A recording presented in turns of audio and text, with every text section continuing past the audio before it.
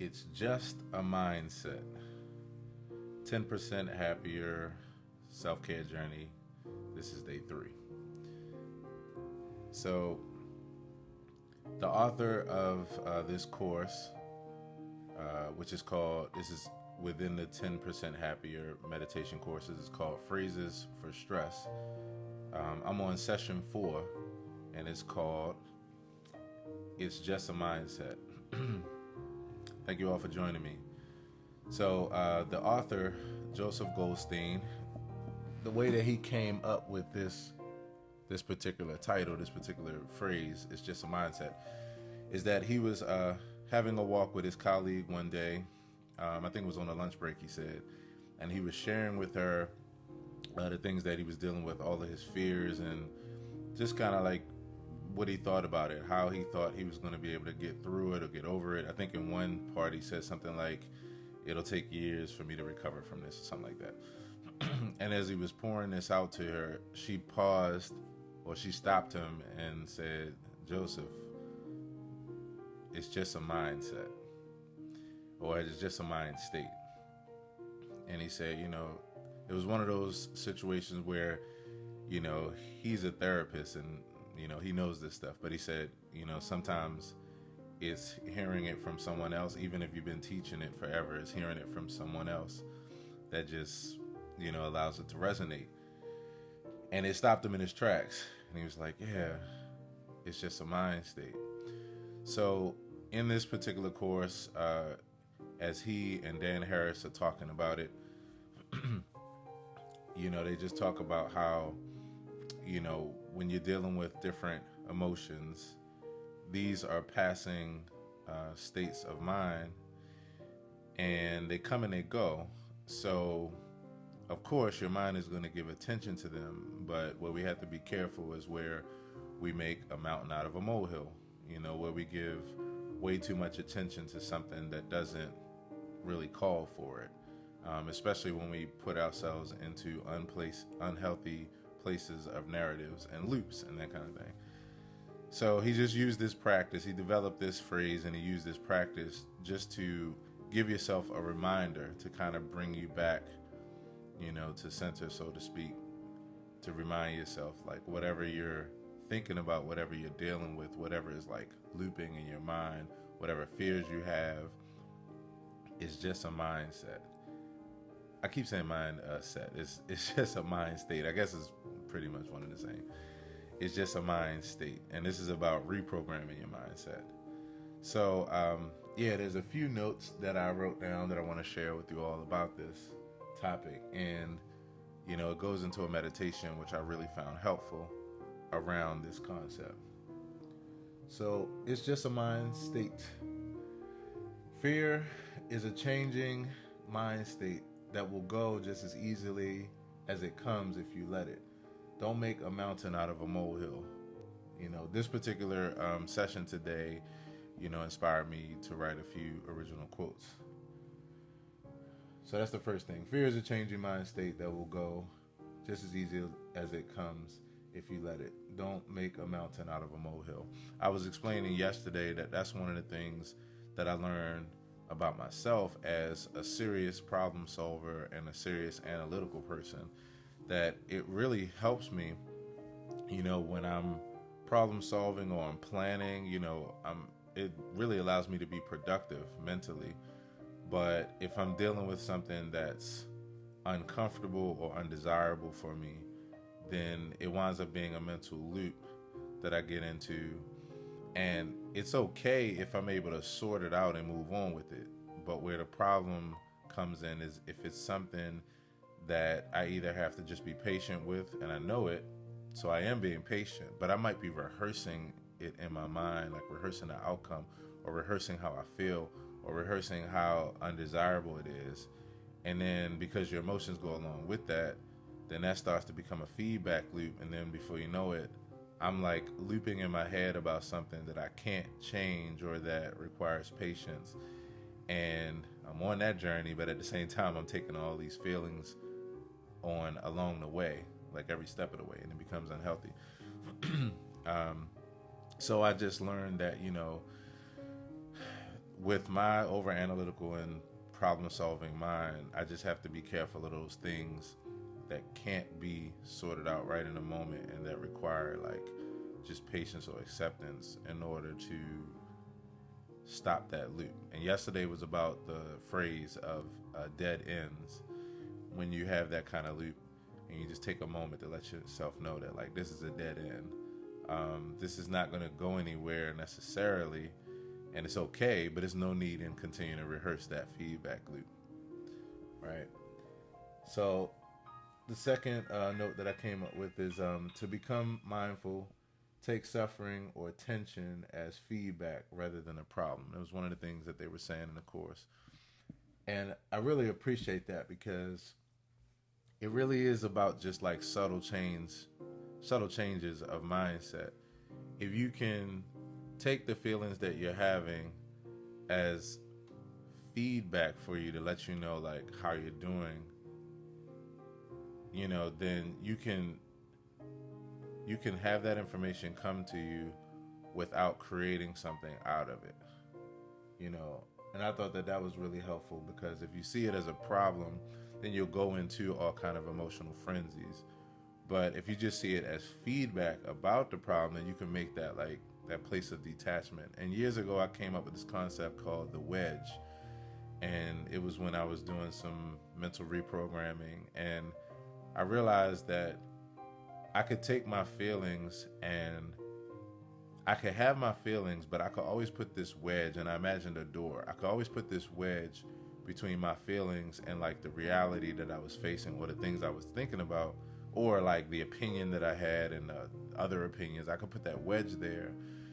So that way I can have my feelings, but become detached enough in order to allow for other realities and in order to not get so caught up in my own feelings that they became a detriment to me where I couldn't be open to other things. So to me, that speaks about that too. You can become mindful and take suffering or tension as feedback rather than a problem. Hey, what's up, Kev? What's up, everybody? Thank y'all so much for joining me on this self-care journey. This is fun. I'm enjoying documenting this. And I'm going to tell you all some other info too, so hang out for a second. So the next thing is struggling with something is an indicator of not accepting. When you accept, the feeling of struggle dissipates. And that, is an original quote of mine based off of these notes. It's an indicator of not accepting. So, acceptance is one of those things that I have been like talking about and practicing in my own life for a while. It's one of the things I think about daily the most, and like I believe in the most. And I'm gonna tell you this, right? It's interesting because I believe in acceptance over expectation. I put up a quote on Facebook a while back where I said my religion is acceptance over expectation, and I put that up purposely, and I even use the religious context purposely because I know that many of us that have different religious and spiritual paths, those paths focus heavily on expectation because it helps the mind with, positive affirmation and positivity and optimism to be able to get through things. And while that is really healthy, everything has its pros and its cons. And what I realize is that you can get to a place of expectation that allows you to not actually have what I feel is more important, which is like a healthy dose of acceptance. I believe acceptance is more important than expectation because there are many things in our lives on a daily basis that we can't change, that's out of our hands, like getting older, aging, like, living circumstances and situations. And because we're all dealt different cards, there are some things in our situations that we can be optimistic and positive about and overcome. But then there's those things that are the inevitables of life, the unchangeables of life. And to me, being an expectation in those areas is fruitless and is counterproductive, because the truth of the matter is the reality is that it won't change, or that things have to be a particular way. Like that's what life is. So I think acceptance to me, every religion, every spiritual path, like every philosophy should be more so based on acceptance and not rewards or expectations, because acceptance is what allows us to deal with these things in life. And for me, to be honest, I believe it brings you to the deepest place of peace and contentment.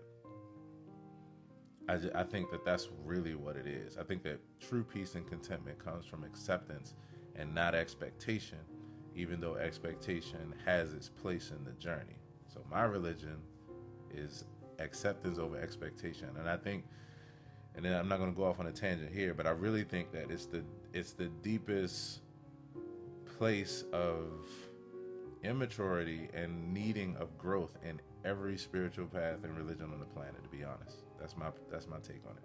We'll talk about that more later in other news.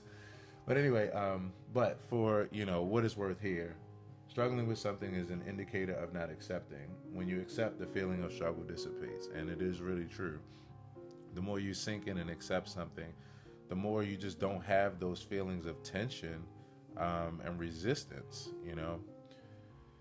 And two more things I took note of with this course, with this session today. When dealing with undesirable narratives and loops, remind yourself it's just a mind state. That's what this whole thing is about. That's pretty self-explanatory. And this was a meditation tip that I learned. When meditating, use the phrase in, out when breathing to help keep your mind focused on your breath, and that's something, in this journey of meditation, I started a while back, and one of the first things that I learned a while back, and that I'm, now reinforcing as I pick up on it now, is, and I would say probably this is a huge myth with meditation. I probably talk about this every time I talk about meditation. Not everybody, many people believe that the goal when you meditate is to in a forced way, clear your mind, almost as if you're not meditating, as if you're not thinking about anything else, and you're just focusing on your breathing. While the goal is to focus on your breathing, the true definition of meditation is not being able to stop your mind from thinking about all the things that you're gonna think about, but it's about allowing those thoughts to pass and being an observer of those thoughts while not fully being overwhelmed or overtaken or entertaining those thoughts where they take your mind that place. So you observe those thoughts and you just try not to let them take you way off track, and you remind yourself, you come back to that place of focusing on your breathing. The thing I learned initially about meditation and why this happens, and I would say this is my theory, my philosophy on it. Our mind is constantly going with chatter. It's constantly going with the day-to-day things that we have to take care of. It's like a whole laundry and grocery list of things that we're thinking about on a daily basis. What am I doing at work today? What am I doing outside of work? The responsibilities, the kids, the family, the health, the finances, all of this stuff is constantly going. When you decide to sit down and meditate and focus on your breath, it's almost as if your brain is finally, now I've got you in a place where you're just sitting down. Okay, now I want to talk to you about everything, so everything starts to go through your mind because you're literally taking a break in the midst of life and running and the hustle and bustle. You're taking a minute to just sit the hell down for a second, to just sit down and allow yourself a mental break. And that to me is when it's almost like your mind is great, now I've got your attention, so here's what I've been thinking about. So the goal isn't to in a forced way clear your mind. It's to just observe how much chatter is going on, and every time you observe it, then you go back to your breath. You go back to focusing on your breath. And basically what he said was to use the phrase in, out, to allow yourself to focus. And I love that because it's very simple. And by you saying in, out, you're making your mind focus on something real simple, and just, using it to realign yourself. So yeah, that session 4 from Phrases for Stress. Yeah, Kevin says I like that. Thanks everybody for joining me. The people that are here with me now and those that are joining later, thanks so much. I want to give all y'all shout outs, but I want to keep the video succinct as well. So I just want to say thank you to everybody. And yeah, Kevin, this has been really helpful. So this course that I'm taking, just to recap, is called 10% Happier, and it's an app that you can look up on your phone and download. It's by Dan Harris, the news anchor from ABC, who developed this course after having a panic attack like several years ago that led him on a path of like meditation. And it's filled with courses from different contributors. I hope to be a contributor myself one day as far as my words and my music. And the course that I'm taking right now within this larger course is called Phrases for Stress by Joseph Goldstein. So check that out when you get a chance. It's great, and I'm going to take you all on a journey day by day, give you notes, give you my original quotes that come out of it and my thoughts. So that's it. And then last but certainly not least, the music that you hear playing in the background that I'm using even for meditation and that kind of thing is called Contemplation, and it's from my newest project, my piano meditations project called Key Reflections. You can find that project on any platform that you have. If you have Spotify, Apple Music, iTunes, whatever, you can find it on there. Pull it up, listen to it, use it for your quiet time and your meditation time. And you can also find it on my website, aaronhilltv, if you click on the music tab, if you want to go that way. But I prefer that it'd be easier for you just to go to your platform of choice. If you already have like a subscription for streaming or something like that, just search Key Reflections, Aaron Hill, check it out and enjoy. So join me tomorrow for day 4, and drop your comments and your feelings about what I'm expressing. And yeah, stay with me on this journey. It's really fun. If you want to join my email list, you can also do that by going to my website, aaronhilltv.com, and clicking join email. I'd like you to, because I want to send you all weekly updates, not just of this, but everything that's happening in the world of Aaron Hill and on Aaron Hill TV.